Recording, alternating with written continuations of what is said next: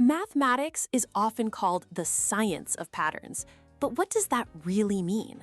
It means seeing the secret code behind everything, from the rhythm in a song to the way numbers behave. Finding a pattern is like discovering a secret shortcut. It lets you solve massive problems without doing all the boring work. Imagine a room with 20 people. How many handshakes happen if everyone shakes hands once? You could spend 10 minutes drawing lines, getting lost in the mess. Or you can spot the pattern. With 3 people, it's 3 handshakes. With 4 people, it's 6. With 5, it's 10. The secret is that the difference between the numbers is growing.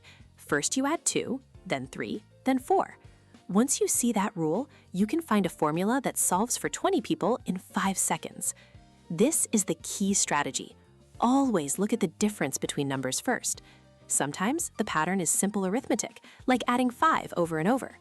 Other times, it's geometric, where you might multiply by 2 each time. 2, 4, 8, 16. The real magic is turning that observation into a rule, a shortcut that works for any number down the line. And these shortcuts aren't just for numbers.